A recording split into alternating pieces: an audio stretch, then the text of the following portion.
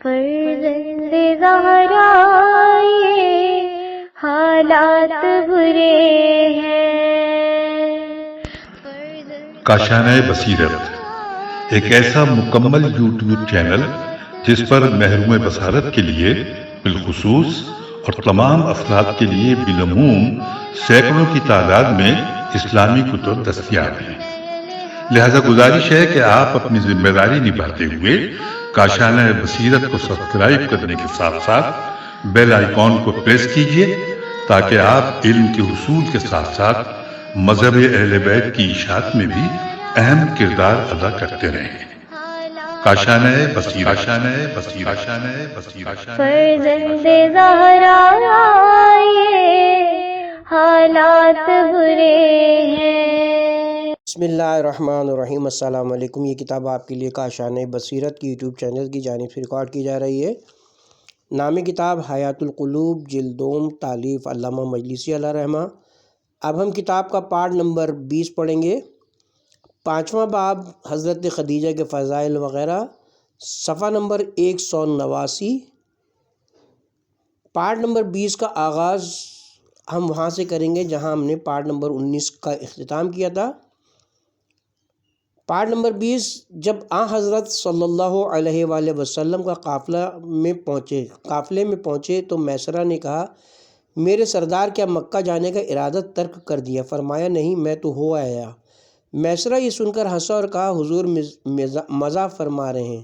فرماتے پہاڑ کے نیچے گئے اور واپس آ گئے؟ فرمایا، نہیں، میں خانہ کعبہ کے پاس گیا، اس کا طواف کیا، پھر خدیجہ سے ملاقات کی اور واپس آیا۔ میسرہ نے کہا، کبھی کوئی غلط بات آپ سے نہیں سنی ہے، تعجب ہے کہ 2 گھڑی میں کیوں کر آپ مکہ گئے اور واپس تشریف لائے؟ حضرت نے فرمایا، اگر تم کو شک ہے تو دیکھو، یہ روٹی ناشتہ وغیرہ خدیجہ نے میرے ساتھ بھیجا ہے اور آب زمزم یہ ہے۔ یہ سن کر میسرہ نے لوگوں سے کہا، کیا محمد صلی اللہ علیہ وسلم کو یہاں سے روانہ ہوئے 2 ساعت سے زیادہ گزرے؟ لوگوں نے کہا نہیں۔ تب اس نے کہا کہ وہ اتنی دیر میں مکہ گئے اور واپس آئے اور خدیجہ کے ہمراہ کیا ہوا کھانا بھی لائے ہیں۔ یہ سن کر لوگوں کو تعجب ہوا۔ ابو جہل نے کہا، ساحروں سے ایسے امور کا اظہار تعجب نہیں ہے۔ پھر دوسرے روز قافلہ وہاں سے روانہ ہوا۔ اہل مکہ استقبال کے لیے آئے اور خدیجہ نے اپنے غلاموں اور عزیزوں کو حضرت کی پیشوائی کو بھیجا تھا کہ درمیان راہ میں مجلس آراستہ کریں اور حضرت کی واپسی کی خوشی میں قربانیاں کریں، اور خود انتظار میں راستے کی طرف نظر جمائے دیکھنے لگیں۔ اہل مکہ کو خدیجہ کے مال میں اضافہ اور نفع کی زیادتی کے سبب تعجب تھا جو حضرت ہمراہ لائے تھے۔ غرض آفتاب نبوت خدیجہ کے دروازے سے طالب ہوا۔ حضرت نے تمام مال و سامان خدیجہ کے سپرد کیا۔ وہ پس پردہ بیٹھی تھی اور حضرت کے حسن و جمال اور کثرت مال پر تعجب کر رہی تھیں جو حضرت ان کے لیے لائے تھے۔ خدیجہ نے کسی کو بھیج کر اپنے والد خلید کو بلایا اور کہا، اس بابرکت ذات نے اس سفر میں میرے لیے اس قدر نفع حاصل کیا ہے کہ اب تک میری تمام تجارت میں کسی نے اتنا نفع حاصل نہ کیا تھا۔ پھر میسرہ سے مخاطب ہوئی اور سفر کے حالات دریافت کیے کہ محمد صلی اللہ علیہ وآلہ وسلم کے اوصاف اور کرامتوں میں سے کیا کیا تو نے دیکھے؟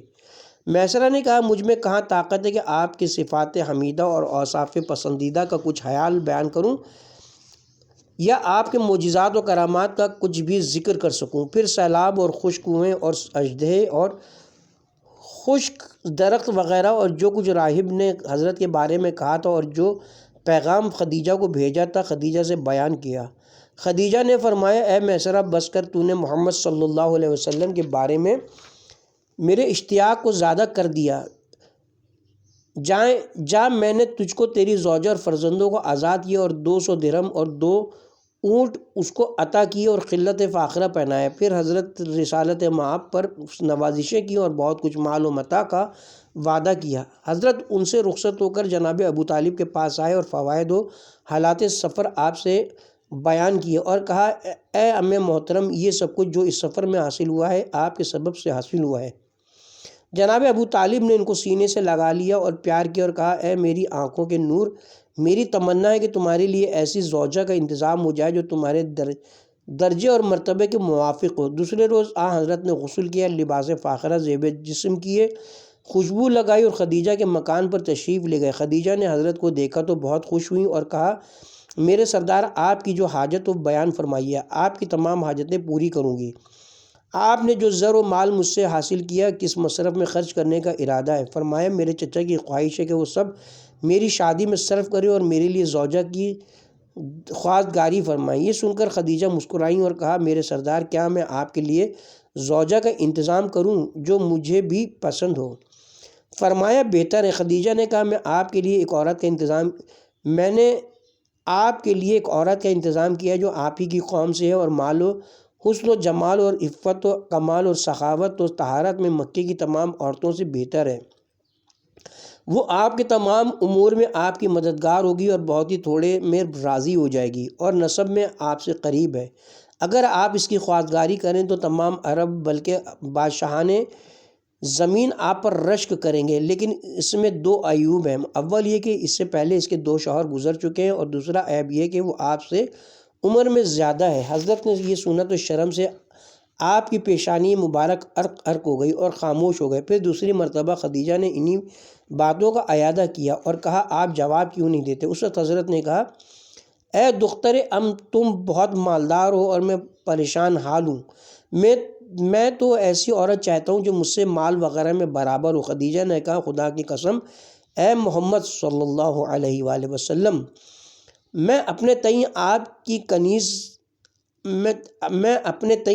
کی کنیز سمجھتی ہوں اور میرا مال غلام اور کنیزیں سب کچھ آپ ہی کے ہیں، اور جو اپنی جان آپ سے عزیز نہ رکھے وہ مال کیا عزیز رکھے گی؟ میں آپ کو اس خدا کی قسم دیتی ہوں جو دنیا والوں کی آنکھوں سے حقائق و اسرار کے ساتھ اوجھل ہے، اور کعبہ و استار کعبہ کا واسطہ میرے سر پر ہاتھ رکھیے اور اسی وقت اپنے چچاؤں کو میرے والد کے پاس بھیجیے کہ میری آپ کے واسطے خواستگاری کریں اور مہر کی زیادتی کی پرواہ نہ کیجیے۔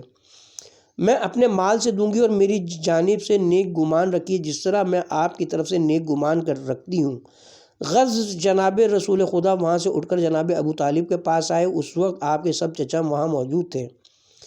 حضرت نے کہا چچا جان میں چاہتا ہوں کہ آپ لوگ خلید کے پاس تشریف لے جائیں اور میرے لیے خدیجہ کی ان سے خواستگاری کریں۔ چونکہ وہ لوگ حقیقت حال سے آگاہ نہ تھے اس لیے ان کو تعمل ہوا اور صفیہ دختر عبد المطلب کو دریافت حال کے لیے خدیجہ کے گھر بھیجا۔ جب وہ وہاں پہنچیں خدیجہ نے ان کا استقبال کیا اور نہایت عزت و احترام سے پیش آئیں۔ صفیہ نے در پردہ گفتگو کرنا شروع کیا۔ جناب خدیجہ نے کھل کر کہا کہ مجھے معلوم ہو چکا ہے کہ محمد خدا کی جانب سے تائید یافتہ ہے۔ میں ان کی زوجیت عزت دنیا اور شرف عقبہ کا سبب سمجھتی ہوں، بس کچھ اور نہیں چاہتی۔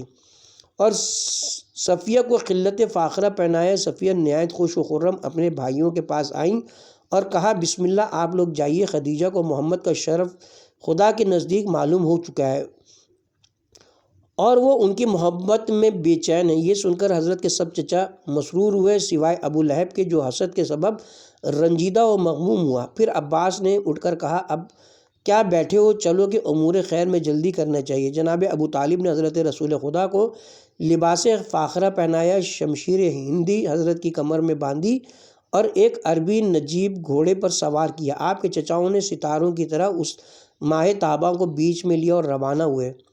جب خلید کے گھر پہنچے انہوں نے بنی ہاشم کی بہت تعظیم کی۔ ان لوگوں نے پیغام نسبت دیا۔ خلید نے کہا خدیجہ اپنے مساطے کی خود مالک ہیں، اس کی عقل میری عقل سے زیادہ ہے۔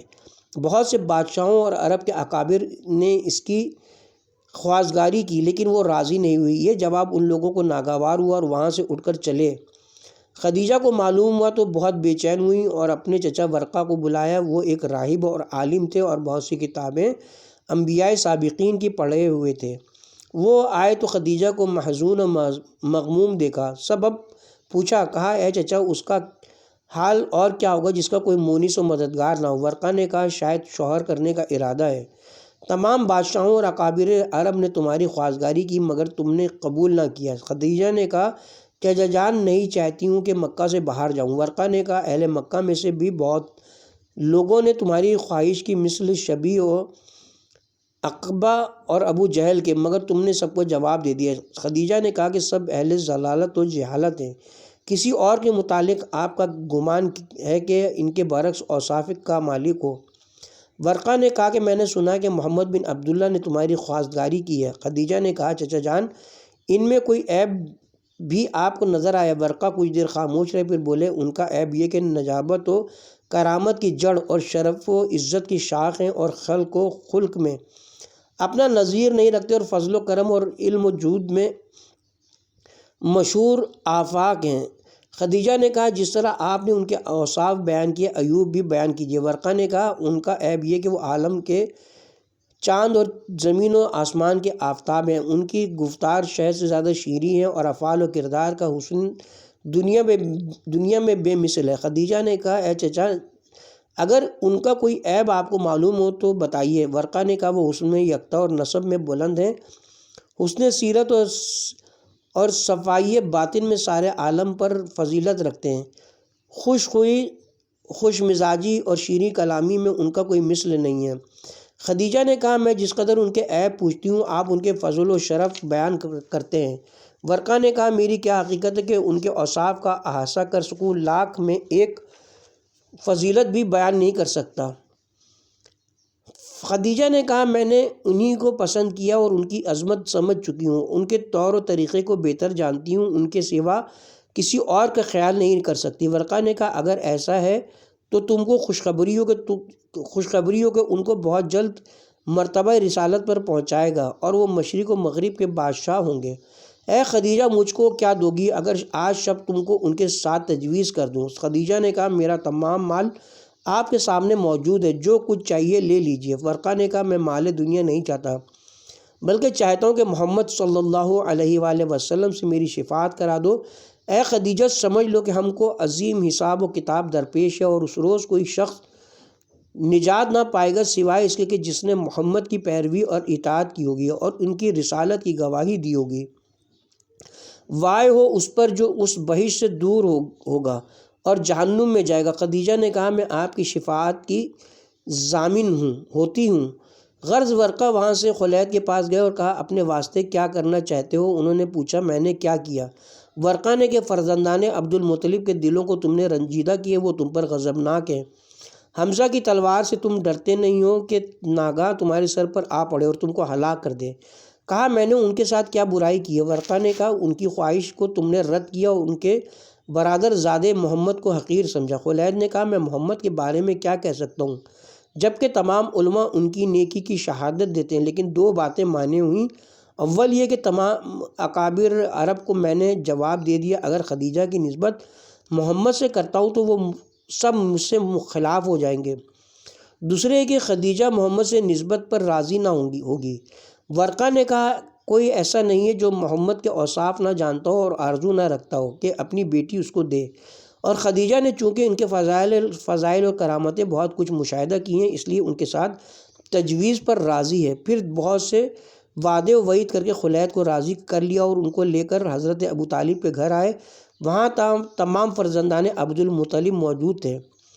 ورقہ نے اپنے بھائی کی طرف سے بہت معذرت کی اور دونوں بھائیوں نے وعدہ کیا کہ کل صبح اکابر قریش کے مجمع میں اس مبارک نکاح کا انعقاد کریں گے۔ پھر ورقہ اپنے بھائی کو اور تمام اولاد عبد المطلب کو اپنے ہمراہ کعبے کے پاس لائے اور مجمع قریش میں خلید کی جانب سے وکالت کرتے ہوئے خدیجہ کی نکاح میں شرکت کی دعوت دی کہ کل صبح کو آپ سب لوگ خدیجہ کے مکان پر آئیں، کیونکہ میں اپنے بھائی کی جانب سے وکیل ہو کر خدیجہ کا عقد محمد صلی اللہ علیہ وآلہ وسلم سے کروں گا، اور اس پر تمام اکابر قریش کو گواہ کیا۔ وہاں سے خوش و خرم خدیجہ کے پاس آئے اور ان کو خوشخبری دی۔ خدیجہ نے ایک خلت فاخرہ ان کو عطا کیا جس کی قیمت 500 اشرفیاں تھیں۔ ورقہ نے کہا مجھے اس مال دنیا کی طرف رغبت نہیں، میں اس معاملے میں جو کوشش کر رہا ہوں اس سے بجز حصول شفاعت محمد کوئی غرض نہیں ہے۔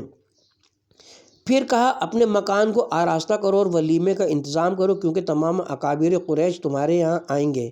غرض خدیجہ نے غلاموں اور کنیزوں کو حکم دیا، انہوں نے بہترین فرش، پردے وغیرہ جو کچھ موجود تھے نکالے اور مکان کو ہر طرح آراستہ کیا اور بہت سے جانوروں کو ذبح کیا اور طرح طرح کے لذیذ کھانے، حلوے وغیرہ تیار کیے اور ہر قسم کے میوے اور پھل مہیا کیے۔ پھر ورقہ حضرت ابو طالب کے مقام پر آئے اور جناب سرور کائنات کی خدمت میں اپنی کوششوں کا تذکرہ کیا۔ حضرت نے شفاعت و کرامت کی خوشخبری دی۔ ابو طالب بھی انتظام عقد میں مشغول ہوئے۔ روایت ہے کہ اس وقت عرش و کرسی و وجد میں آئے اور فرشتوں نے سجدہ شکر میں قیام کیا۔ حق سبحانہ تعالیٰ نے جبرائیل کو حکم دیا کہ لوائے حمد کو کعبے پر نصب کریں۔ مکے کے پہاڑوں نے فخر سے سر بلند کیا اور تقدیس و تسبیح الہی میں مشغول ہوئے۔ زمین شادی سے بالیدہ ہوئی۔ مکہ شرف میں عرش اعظم سے برتر ہوا۔ دوسرے روز صبح کو اکابر عرب اور صنادید قریش مثل ستاروں کے خدیجہ کے محل میں جمع ہوئے۔ خدیجہ نے بے شمار کرسیاں مہیا کی تھیں اور صدر مجلس میں ایک بڑی کرسی آراستہ کی تھی جو تمام کرسیوں سے ممتاز تھی۔ جب ابو جہل ملعون مجلس میں داخل ہوا، نہایت غرور و نخوت کے ساتھ اسی کرسی کی طرف چلا۔ میسرہ نے پکار کر کہا کہ اپنی قدر و منزلت پہچان اور اپنے درجے سے آگے بڑھنے کی کوشش مت کر، دوسری کسی کرسی پر بیٹھ کیونکہ وہ تیری جگہ نہیں ہے۔ ناگہاں آوازیں بلند ہوئیں اور اہل مجلس اٹھ کر استقبال کے لیے دوڑے۔ لوگوں نے دیکھا کہ عباس و حمزہ اور ابو طالب خرامہ آ رہے ہیں۔ حمزہ اپنی تلوار کھینچے ہوئے کہہ رہے ہیں کہ اے اہل عرب، دائرہ ادب سے باہر نہ ہو، سید عرب و عجم کے استقبال کو چلو کہ تمہاری طرف حبیب خداوند جبار احمد مختار صلی اللہ علیہ وآلہ وسلم آ رہا ہے، جو تاج انوار مزین اور صاحب عز و وقار ہے۔ ناگاہ سید بشر خورشید انور کے مانند نمودار ہوئے، سیاہ عمامہ سر پر باندھے ہوئے تھے، پیشانی اقدس سے نور ساطع تھا۔ عبد المطلب کا پیرہن جسم میں الیاس کی چادر دوش پر، عبد المطلب کی نالین پیروں میں عصائے ابراہیم خلیل ہاتھ میں لیے ہوئے عقیق سرخ کی انگشت مبارک میں پہنے ہوئے آ رہے ہیں۔ ان کے گرد تماشائیوں کا ہجوم ہے جو حضرت کے حسن و جمال کے دیکھنے میں محو ہیں۔ حضرت کے سب چچا اور رشتہ دار آپ کو درمیان میں لیے ہوئے آ رہے ہیں۔ تمام اشراف و اکابر قریش استقبال کے لیے حاضر ہیں۔ جب مجلس میں پہنچے، اس زینت بخش عرش کو اسی کرسی بلند پر بیٹھائے اور تمام بنی ہاشم ان کے گرد بیٹھے۔ جناب حمزہ نے دیکھا کہ ابو جہل ملعون اپنی جگہ سے پیشوائی کے لیے نہیں اٹھا۔ شیر کے مانند اس ماد نے حسد و عداوت پر جھپٹے اور کہا اٹھ ورنہ صحیح و سالم نہ رہے گا۔ یہ دیکھ کر اس نابکار نے ہاتھ قبضہ شمشیر پر رکھا۔ جناب حمزہ نے صفت کر کے اس کا پنجہ پکڑ لیا اور اس طرح دبایا کہ اس کے ناخنوں سے خون ٹپکنے لگا۔ اکابر قریش نے جناب حمزہ سے التماس کیا تو آپ نے اس کو چھوڑا اور اپنی جگہ پر آ کر بیٹھے۔ پھر جناب ابو طالب نہایت فصاحت و بلاغت کے ساتھ خطبہ پڑھا اور ورقہ نے خدیجہ کو حضرت کی زوجیت میں دیا۔ 6 ماہ کے بعد اس خاتون عظیم المرتبت کا زفاف حضرت کے ساتھ واقع ہوا۔ خدیجہ نے اپنے تمام اموال، غلام اور کنیزیں حضرت کو ہبہ کر دیا۔ جب حضرت رسالت پر مبعوث ہوئے، سب سے پہلے عورتوں میں آپ ایمان لائیں۔ جب تک وہ زندہ رہیں، حضرت نے کسی دوسری عورت کی طرف توجہ نہ کی۔ جناب خدیجہ حسن و جمال اور حسن سیرت و کردار میں مکہ کی تمام عورتوں میں اپنی مثال نہ رکھتی تھیں، یہاں تک کہ کتاب انوار کا مضمون تھا جو اختصار کے ساتھ نقل کیا گیا۔ صاحب عدد رحمۃ اللہ علیہ نے روایت کی ہے کہ بعثت کے 5 سال بعد جناب فاطمہ زہرا صلوات اللہ علیہا کی ولادت ہوئی۔ آپ کی ولادت کی کیفیت یوں تحریر ہے کہ ایک روز جناب رسول خدا ابطح میں بیٹھے ہوئے تھے۔ جناب امیر المومنین عمار یاسر، منظر بن زحزحہ، حمزہ، عباس، ابو بکر و عمر بھی موجود تھے۔ ناگاہ جبرائیل اپنی اصل صورت میں نازل ہوئے اور اپنے پروں کو پھیلایا جس نے تمام مشرق و مغرب کو گھیر لیا اور حضرت کو آواز دی کہ خداوند علی الاعلیٰ آپ کو سلام کہتا ہے اور حکم دیتا ہے کہ 40 روز خدیجہ سے علیحدہ رہیں۔ حضرت بموجب حکم 40 روز تک خدیجہ کے پاس نہیں گئے، تمام دن روزے رکھتے اور راتوں کو عبادت کرتے۔ عمار کو خدیجہ کے پاس بھیجا اور کہلا دیا کہ میرا نہ آنا کسی کراہت کے سبب نہیں ہے بلکہ خدا کا یہی حکم ہے تاکہ اپنی تقدیر جاری کرے۔ اپنے متعلق سوائے نیکی کے کچھ اور خیال نہ کرنا، کیونکہ خداوند عالم ہر روز چند بار اپنے فرشتوں سے تمہارے متعلق مباحثات کرتا ہے، مناسب ہے کہ ہر شب اپنے دروازوں کو بند کر لینا اور اپنے لباس شب میں آرام کیا کرنا۔ میں اپنی چچی فاطمہ بنت اسد کے ہاں رہوں گا یہاں تک کہ وعدہ الہی کی مدت ختم ہو۔ غرض جناب خدیجہ آن حضرت کی جدائی میں ہر روز کئی بار رویا کرتی تھی۔ جب 40 روز ختم ہو گئے، جبرائیل آن حضرت پر نازل ہوئے اور کہا، خداوند رحیم و کریم آپ کو سلام کہتا ہے اور ارشاد فرماتا ہے کہ میری طرف سے تحفہ و کرامت کے لیے تیار ہو جاؤ۔ اسی وقت میکائیل نازل ہوئے اور ایک طبق لائے جس پر ایک رومال سندس بہشت کا ڈھکا ہوا تھا، اور کہا، خداوند عالم ارشاد فرماتا ہے کہ آج اس طبق کے کھانے سے افطار کیجیے۔ جناب امیر علیہ السلام فرماتے ہیں کہ ہر شب افطار کے وقت حضرت مجھ سے فرماتے تھے کہ دروازہ کھول دو، جس کا جی چاہے آ کر میرے ساتھ کھانا کھا لے، لیکن آج حضرت نے فرمایا کہ جا کر دروازے پر بیٹھو اور کسی کو اندر مت آنے دو، کیونکہ میرے سوا ہر ایک پر یہ طعام حرام ہے۔ غرض افطار کے وقت حضرت نے طبق کو کھولا، اس میں بہشت کے میووں میں سے ایک خوشہ انگور اور ایک خوشہ خرما کے تھے۔ بہشت کے پانی کا ایک گلاس حضرت نے ان میووں کو سیر ہو کر کھایا اور وہ پانی پیا۔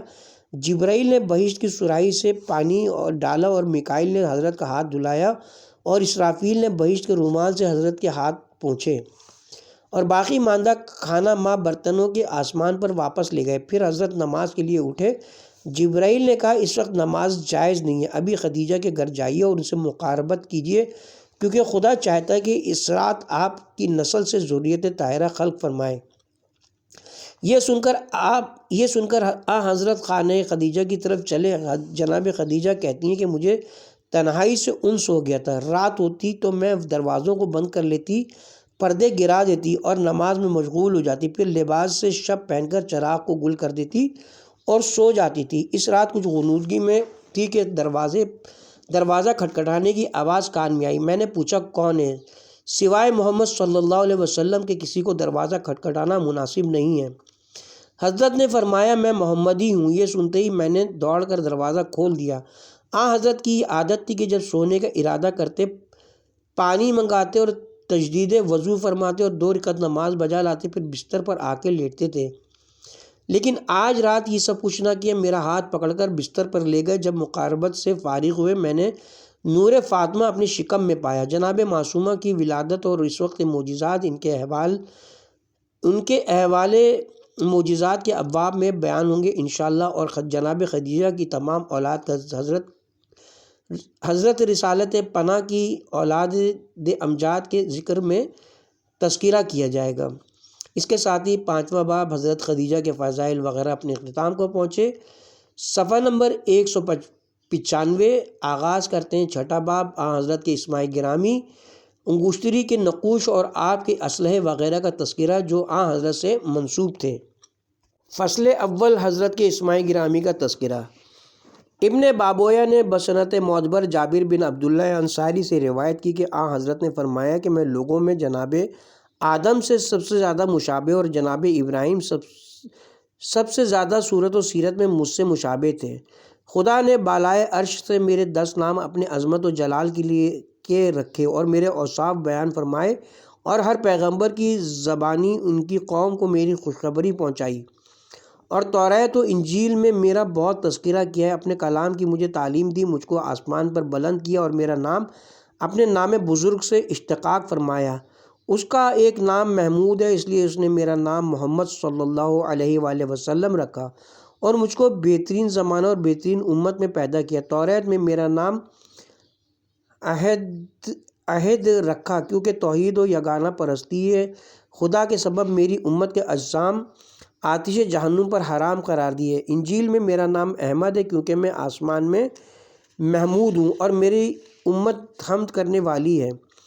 زبور میں مجھ کو ماہی کہا گیا، اس لیے کہ خدا میرے سبب سے زمین پر بتوں کی پرستش مٹائے گا، اور قرآن میں میرا نام محمد رکھا ہے، کیونکہ قیامت میں تمام امتیں میری مدح کریں گی، اس سبب سے کہ سوائے میرے کوئی شفاعت نہ کرے گا مگر میری اجازت سے کرے گا، اور قیامت میں مجھ کو حاشر کے نام سے پکاریں گے، کیونکہ میری امت کا زمانہ قیامت کے زمانے سے متصل ہوگا۔ پھر مجھ کو موقف کے نام سے یاد کیا جائے گا، کیونکہ میں لوگوں کو خدا کے نزدیک حساب کے لیے کھڑا کروں گا، اور خدا نے میرا نام عقب رکھا ہے، کیونکہ تمام پیغمبروں کے عقب میں آیا ہوں اور میرے بعد کوئی پیغمبر نہ ہوگا۔ میں رسول رحمت اور رسول توبہ اور رسول ملاحم ہوں، یعنی جنگ کرنے والا ہوں، اور میں رسول مخفب ہوں کہ تمام انبیاء کے قفا میں یعنی بعد میں مبعوث ہوا ہوں، اور میں ختم ہوں یعنی کامل تمام کمالات کا جامع، اور میرے پروردگار نے مجھ پر احسان کیا ہے اور کہا ہے کہ ہر پیغمبر کو اس کی امت کی زبان میں یعنی ایک زبان کے ساتھ مبعوث کیا، اور تم کو ہر سرخ و سیاہ پر مبعوث کیا ہے، اور تمہاری مدد کی ہے اس خوف کے ساتھ جو تمہاری طرف سے تمہارے دشمنوں کے دلوں میں ڈال دیا ہے۔ کسی دوسرے پیغمبر کے بارے میں ایسا نہیں کیا، اور کافروں کا مال غنیمت تمہارے لیے حلال کر دیا ہے، لیکن تم سے پہلے کسی کے لیے حلال نہیں کیا تھا، بلکہ ان کو یہ حکم دیا تھا کہ کافروں سے جو مال غنیمت میں حاصل ہو اس کو جلا دو، اور تم کو اور تمہاری امت کو عرش کے خزانوں میں سے خزانہ عطا کیا، اور وہ سورہ فاتحہ کتاب کے صورتوں میں سے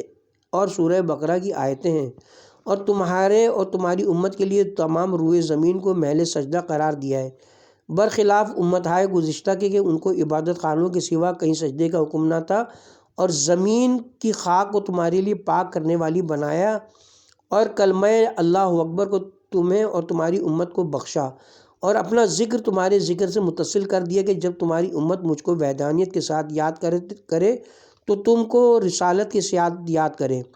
لہٰذا اے محمد صلی اللہ علیہ وآلہ وسلم، تم کو اور تمہاری امت کو خوشخبری ہو۔ دوسری حدیث معتبر میں کہ یہودیوں کا ایک گروہ حضرت کی خدمت میں آیا اور سوال کیا کہ کس سبب سے آپ کو احمد، محمد، ابو القاسم اور بشیر و نذیر اور داعی کہتے ہیں؟ فرمایا کہ مجھ کو محمد اس لیے کہتے ہیں کہ زمین میں مدح کیا گیا ہوں، احمد اس وجہ سے کہ اہل آسمان نے میری ثنا کی ہے، اور ابو القاسم اس سبب سے میرا نام ہے کہ روز قیامت خدا بہشت و دوزخ میرے سبب سے تقسیم کرے گا، لہٰذا جو شخص گزشتہ اور آئندہ لوگوں میں سے کافر ہوگا اور مجھ پر ایمان نہیں لایا ہوگا اس کو جہنم میں ڈالے گا، اور جو شخص مجھ پر ایمان لایا ہوگا اور جس نے میری رسالت کا اقرار کیا ہوگا اس کو بہشت میں داخل کرے گا۔ مجھ کو داعی اس سبب سے کہتے ہیں کہ میں لوگوں کو اپنے پروردگار کے دین کی دعوت دیتا ہوں۔ نذیر اس لیے کہتے ہیں کہ جو شخص میری نافرمانی کرتا ہے اس کو آتش جہنم سے ڈراتا ہوں۔ بشیر اس لیے نام ہوا کہ اپنے فرما برداروں کو بہشت کی بشارت دیتا ہوں۔ حدیث موثق میں روایت ہے کہ حسن بن فضال نے امام رضا علیہ السلام سے پوچھا کہ کس لیے حضرت رسالت مآب کی کنیت ابو القاسم ہوئی؟ فرمایا اس لیے کہ حضرت کے ایک فرزند کا نام قاسم تھا۔ حسن نے کہا کیا حضور مجھے اس سے زیادہ آگاہ کرنے کے قابل نہیں سمجھتے؟ فرمایا کیوں نہیں؟ شاید تم نہیں جانتے کہ حضرت نے فرمایا کہ میں اور علی اس امت کے 2 باپ ہیں۔ میں نے عرض کی ہاں میں جانتا ہوں۔ تو فرمایا کہ کیا تم کو معلوم ہے کہ حضرت تمام امت کے باپ ہیں؟ میں نے کہا ہاں۔ پھر فرمایا کیا تم جانتے ہو کہ علی علیہ السلام بہشت و دوزخ کے تقسیم کرنے والے ہیں؟ میں نے عرض کی ہاں۔ تو فرمایا کہ پیغمبر بہشت و دوزخ تقسیم کرنے والے کے باپ ہیں، اسی سبب سے خدا نے ان کی کنیت ابو القاسم قرار دی۔ میں نے عرض کی کہ ان کا باپ ہونا کس معنی سے ہے؟ فرمایا مطلب یہ کہ جناب سرور کائنات کی شفقت تمام امت کے لیے شفقت پدر کے مانند ہے، اور علی حضرت کی امت کے بہترین فرد ہیں۔ اسی طرح بعد حضرت کے حضرت علی کی شفقت امت پر حضرت کی شفقت کے برابر ہے، کیونکہ وہ ان کے وصی اور جانشین اور اس امت کے امام و پیشوا ہیں۔ اس سبب سے فرمایا کہ میں اور علی اس امت کے 2 باپ ہیں۔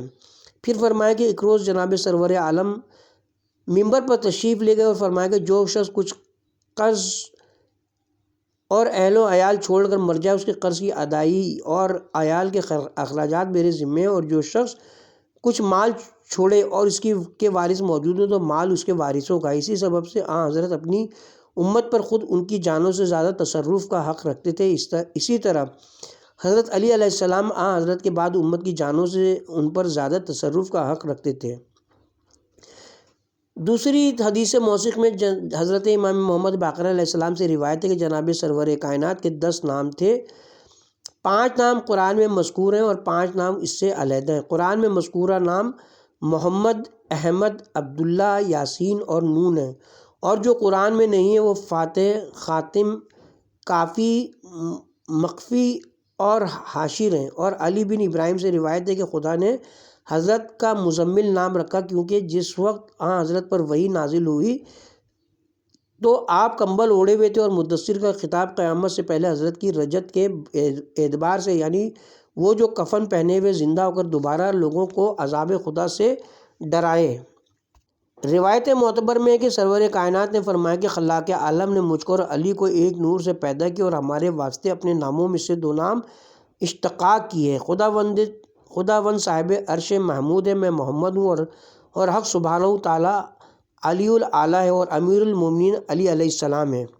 ابن بابویہ نے بسند صحیح امام محمد باقر علیہ السلام سے روایت کی کہ جناب ابراہیم کے صحیفوں میں حضرت کا نام ماہی ہے، توریت میں حاد، انجیل میں احمد اور قرآن میں محمد صلی اللہ علیہ وآلہ وسلم ہے. لوگوں نے پوچھا ماہی سے کیا مراد ہے؟ فرمایا بتوں، تصویروں اور ہر معبود باطل کا محو کرنے والا. اور حاد کے معنی ہیں خدا اور دین خدا کے دشمن سے دشمنی رکھنے والا، خواہ وہ اپنا ہو یا غیر. اور احمد اس لیے کہا ہے کہ خدا نے ان کی بہت مدح کی ہے ان کے افعال شائستہ کے سبب سے جو ان کے پسند فرمائے ہیں. اور محمد سے یہ مطلب ہے کہ خدا اور فرشتے اور تمام انبیاء اور ان کی امتیں سب حضرت کی مدح کرتے اور آپ پر درود بھیجتے ہیں. اور آپ کا نام عرش پر محمد رسول اللہ صلی اللہ علیہ وسلم تحریر ہے. اور صفا نے بسند معتبر حضرت امام جعفر صادق علیہ السلام سے روایت کی ہے کہ حضرت کے 10 نام قرآن میں ہیں. Number 1 Muhammad, number 2 Ahmad, number 3 Abdullah, number 4 Taha, number 5 Yaseen, number 6 Noon, number 7 Muzammil, number 8 Muddassir, number 9 رسول اور نمبر 10 ذکر. جیسا کہ خدا نے فرمایا ہے